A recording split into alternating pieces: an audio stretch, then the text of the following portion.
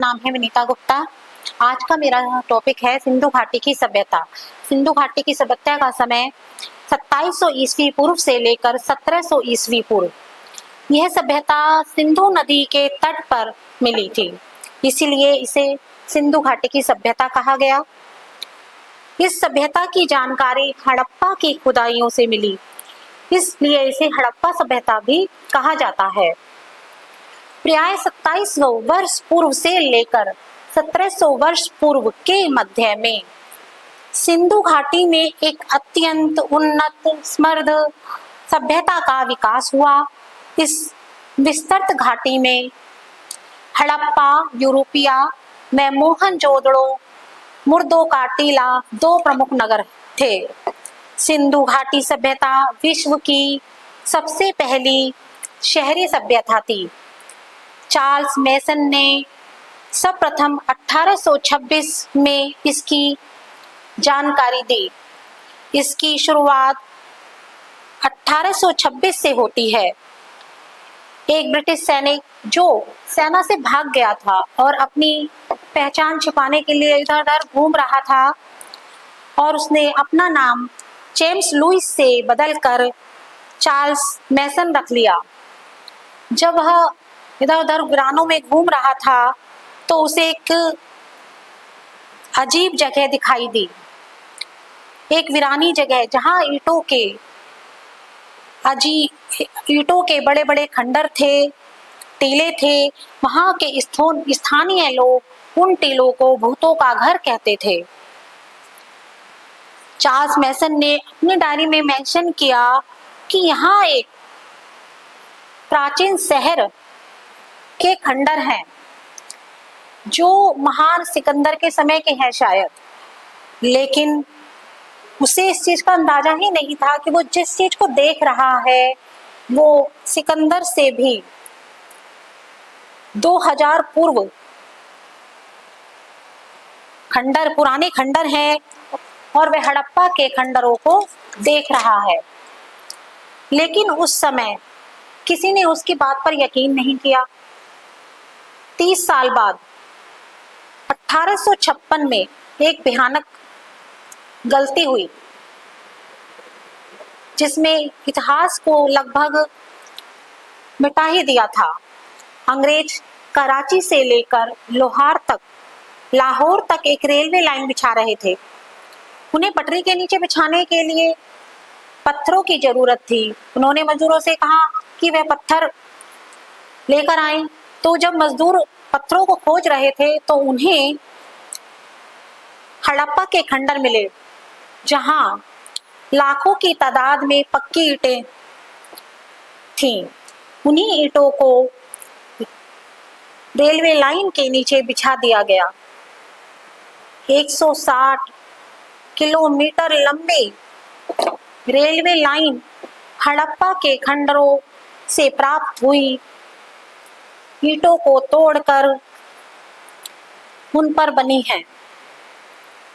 साल 1920 भारत के पुरातत्व विभाग के director general sir John Marshall थे, जो 2 भारतीय आर्कियोलॉजिस्ट के साथ काम कर रहे थे, जिनमें दयाराम साहनी व राखल बनर्जी थे। हड़प्पा की खुदाई प्रारंभ की दयाराम साहनी ने और राखल बनर्जी ने सिंध में एक टीले को खोदना शुरू किया, जिसका सिंधी में अर्थ है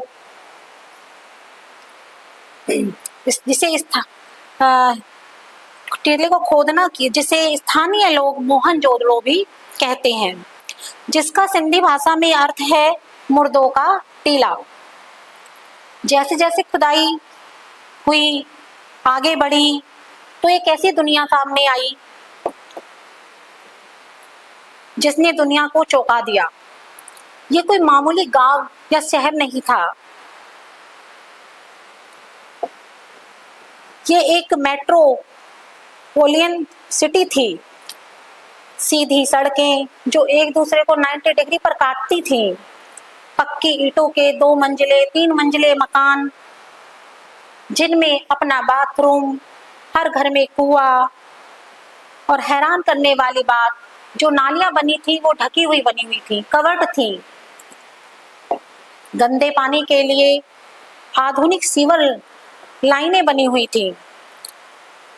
ये सीवर लाइनें लंदन में, मिस्र में भी ऐसी सीवर सिस्टम नहीं था जैसा कि वहां के लोगों ने 5000 वर्ष पहले बना दिया था।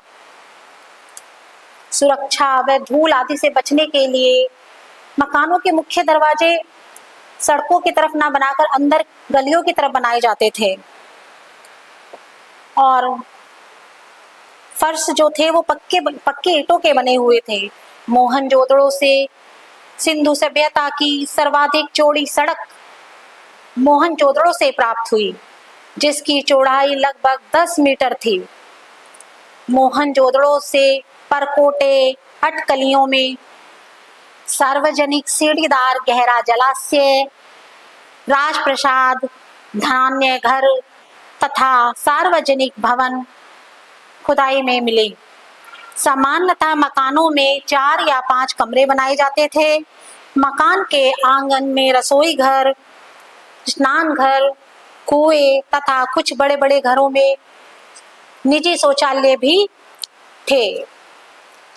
यहाँ के भवन व नगर विन्यास से सिद्ध होता है कि यह नगर एक व्यापारिक केंद्र था। यह आश्चर्य होता है कि नगर के बड़े बड़े व छोटे सभी भवनों पर कहीं भी अलंकरण, यानी उन्होंने कहीं भी कोई बेलपत्ती या बूटा आदि नहीं बनाया था। यहाँ का सामाजिक जीवन सिंधु सभ्यता का समाज का स्वरूप मात्र सजात्मक था। यहाँ 4 भागों में बटा हुआ था: विद्वान वर्ग, योद्धा वर्ग, व्यापारिक वर्ग और श्रमिक वर्ग। सिंधु सभ्यता के लोग किसी देवी को मानते थे, उनकी पूजा करते थे, लेकिन उस देवी के बारे में पता नहीं चला कि वह देवी कौन है। कुछ मोहरों पर भी देवी की आकृतियां प्राप्त हुई हैं। इसलिए माना जाता है कि सिंधु सभ्यता मात्रात्मक थी। सिंधु सभ्यता के लोग शाकाहारी, मांसाहारी दोनों ही प्रकार के थे। यहाँ की स्वाधान प्रणाली 3 प्रकार की थी। सिंधु सभ्यता के लोग मृतकों का 3 प्रकार से अंतिम संस्कार करते थे। नंबर 1 पूर्ण रूप से, नंबर 2 आंशिक समाधान, नंबर 3 दाह संस्कार। पूर्ण स्वाधान में मृतक को जंगल में छोड़ दिया जाता था। जब पशु पक्षी जानवर उसके मांस को खा लेते थे और जो हड्डियां शेष रह जाती थी उनको वो उठाकर ले आते थे और उन्हें जमीन में गाड़ देते थे। आंशिक समाधान में मृतक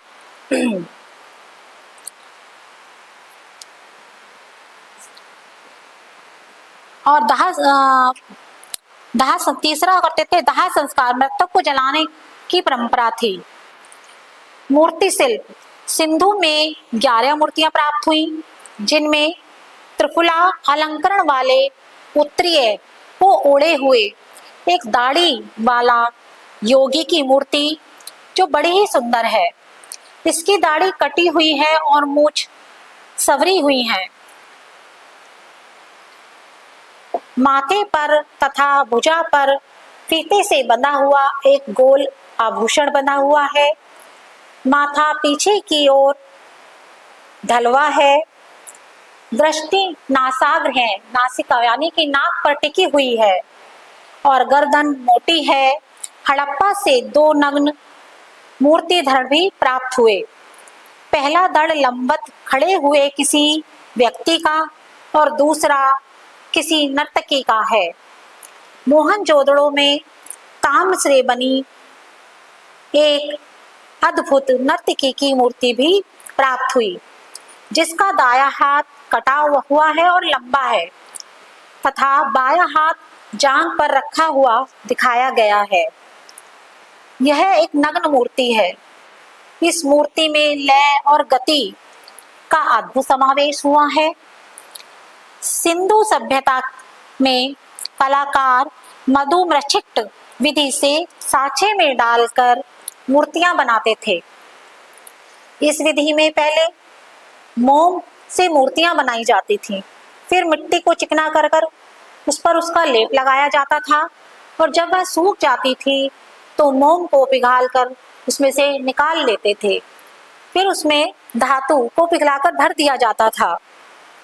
इस तरह से धातु की मूर्तियां बनाई जाती थीं।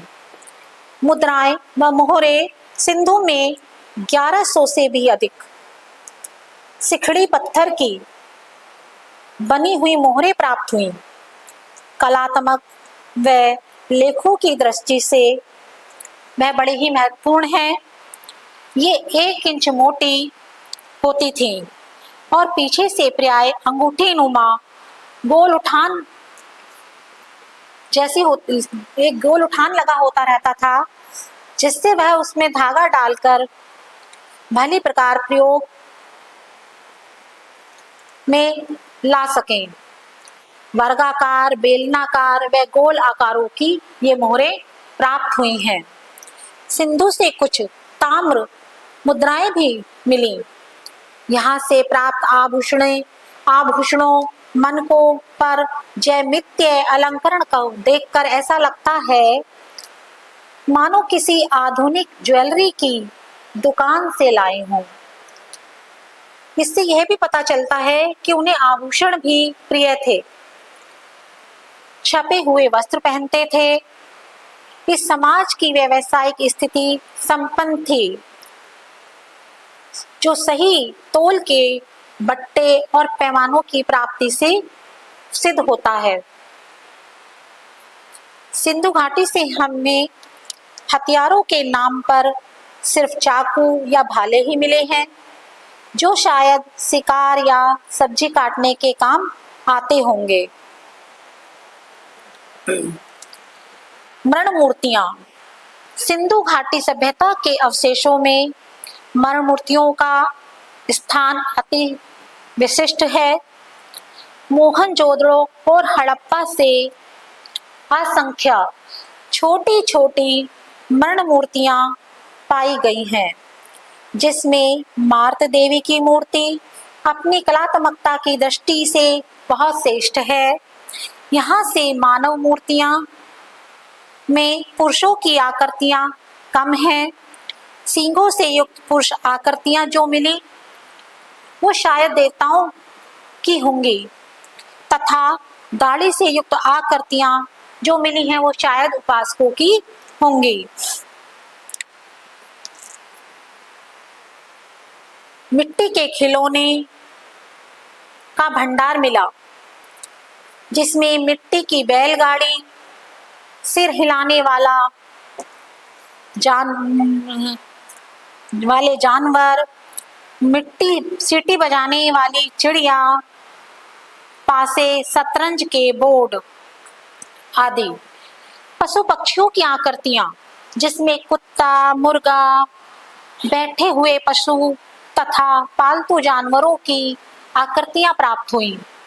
यहाँ से वृषभ की मृण मूर्ति भी अपनी कलात्मकता के लिए प्रसिद्ध है। मृद भांड कला। सिंधु घाटी सभ्यता के इस विशाल क्षेत्र में मिट्टी के छोटे बड़े अनेक प्रकार के आकार के बर्तन भी प्राप्त हुए और उनके सहस्त्र टुकड़े भी प्राप्त हुए, जो मिट्टी में दबकर टूट गए होंगे या किसी भी तरीके से उनके टुकड़े प्राप्त हुए, जिनमें और कुछ बड़े बर्तन थे जिसमें जैसे कि अनाज रखने के लिए बड़े बड़े आकार के कुंडल, पानी रखने के लिए मटके, सुराही, लोटा, मर्तबान, कुल्हड़, कटोरी, तस्तरी, बीकर, थालियां इत्यादि प्रमुख है। कुछ आधे इंच के बर्तन भी प्राप्त हुए, जो जिनके छोटे छोटे, जो बहुत छोटे हैं और उनके ढक्कन भी बने हुए हैं, जिन पर ढक्कन भी लगे हुए हैं। ये बर्तन ज्यादातर चाक पर निर्मित थे। इन बर्तनों को देखकर ऐसा प्रतीत होता है कि यहाँ यह मृद भंडार कला में राम प्रगत थे। चित्रांकन। सिंधु घाटी की सभ्यता के मोहनजोदड़ो, हड़प्पा एवं लोथल आदि नगरों के निवासी कलात्मक प्रतिभा से पूर्ण रूप से संपन्न थे। मिट्टी के पकाए हुए बर्तनों के टूटे हुए टुकड़ों पर जो आकृतियां व आलेखन का चित्रांकन हुआ है, लेकिन इन्होंने दीवारों या किसी वैसे कोई चित्रांकन नहीं किया। इन्होंने सिर्फ जो चित्र बनाए हैं वो सिर्फ बर्तनों पे, बर्तन भांडों पर ही बनाए हैं। चित्रकारों की भाव व्यक्ति को और उनके द्वारा बनाए गए मानव पशु की आकृतियां व मोहरों से हो जाती है। असंख्य अलंकरण इकाइयों से अनुमान लगा सकते हैं कि इन अलंकरणों में टेढ़ी मेढ़ी रेखाएं का जो अंकन हुआ है वो लहरिया अंकन हुआ है। अधिकांश पात्रों पर लाल रंग चढ़ाकर काले रंग की स्याही से चित्रकारी की गई है। कुछ बहुरंगे पात्रे बने हैं जिसमें बहुत सारे रंग लगा दिए गए हैं।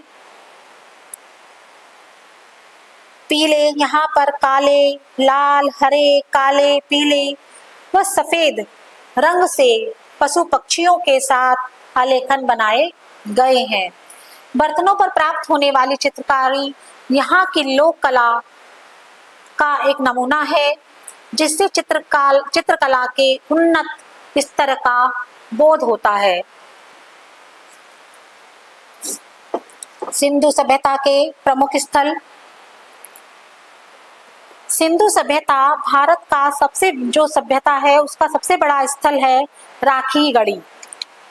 दूसरा है चादूदाड़ो, इसकी खुदाई मजूमदार ने की और वर्तमान में यह सिंधु नदी के तट पर पाकिस्तान में स्थित है। यह एकमात्र ऐसा शहर है जहां कोई दुर्ग नहीं है, कोई जो एक औद्योगिक शहर है। यानी कि सिंधु घाटी से जो भवन प्राप्त हुए उनके चारों ओर बाउंड्री होती थी और अंदर की ओर मकान बने होते थे। यहाँ पर लिपस्टिक, शीशा, मनके, गुड़िया व कुत्ते बिल्ली आदि के पैरों के निशान भी प्राप्त हुए हैं। फिर आता है रोपड़, इसकी खुदाई यक्षदास शर्मा ने की। यह वर्तमान में पंजाब में है और सतलुज नदी पर स्थित है। यहाँ से मानव के साथ कुत्ते को दफनाने के प्रमाण मिले हैं।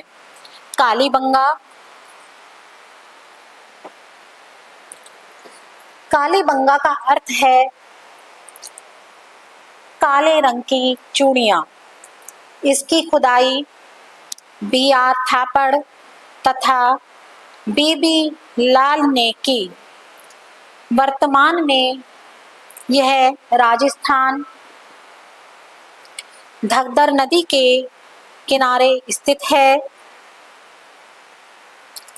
यहाँ पर निम्नलिखित वस्तु मिली, जिनमें हल से जुते हुए खेत के निशान, आकृति, अलंकृत ईंटें, हवन कुंड, चूड़ी आदि। धोलावीरा, जिसकी खुदाई रविंद्र सिंह बिष्ट ने की। यहाँ से जो प्राप्त हुआ वहाँ ये हुआ कि स्टेडियम प्राप्त हुआ। यदि इससे ये ज्ञात होता है कि यहाँ के लोग खेलों से भी परिचित थे और खेल भी कराते थे। सरकोट द्वार, इसकी खुदाई जगपति जोशी ने की। वर्तमान में यह गुजरात में स्थित है। यहाँ से घोड़े की हड्डियों के अवशेष मिले हैं। लोथल, इसकी खुदाई SR राव ने की। लोथल भोगवा नदी के किनारे अहमदाबाद गुजरात में है। यह से सिंधु सभ्यता का बंदरगाह मिलता है। यहाँ के घरों के दरवाजे सड़कों की तरफ खुलते थे।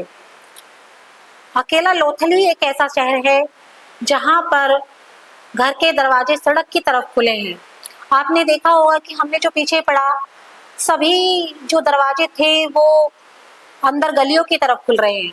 सड़क की तरफ दरवाजे कहीं और नहीं खोले हैं उन्होंने कि जिससे गंदगी, धूल मट्टी, हवा के साथ जाने वाली जो भी चीजें हैं घर के अंदर घुस सके, इसीलिए उन्होंने सड़कें गलियों की तरफ बनाए। यहाँ लोथली एक ऐसा शहर है जिसमें घर के दरवाजे सड़क की तरफ बने हैं।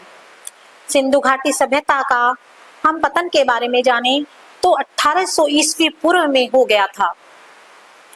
सिंधु घाटी सभ्यता की बाद की संस्कृतियों से ऐसा कई तत्व पाए गए, ऐसे कहीं से जाना गया कि जिससे ये सिद्ध होता है कि यह सभ्यता आक्रमण के कारण एकदम विलुप्त नहीं हुई थी। दूसरे तरफ पुरातत्वविद सिंधु घाटी सभ्यता के पतन का कारण प्रकृति जन्य मानते हैं। सिंधु सभ्यता की शहरी व्यवस्था प्राचीन समय में ही आधुनिकता की झलक दिखाई। जो झलक दिखती है इसकी सुव्यवस्थित नगरीय योजना, जल प्रबंध तथा सार्वजनिक सुविधाएं हमें प्रेरित करती हैं। सिंधु घाटी का व्यापारिक व आर्थिक आदान प्रदान जो दर्शाता है, जो आज भी प्रासंगिक है। सिंधु घाटी कला, शिल्प और तकनीकी विकास उस समय की उन्नत खोज को दर्शाता है। इसकी विरासत हमें अपनी संस्कृति और इतिहास का सम्मान करने की प्रेरणा देती है। Thank you.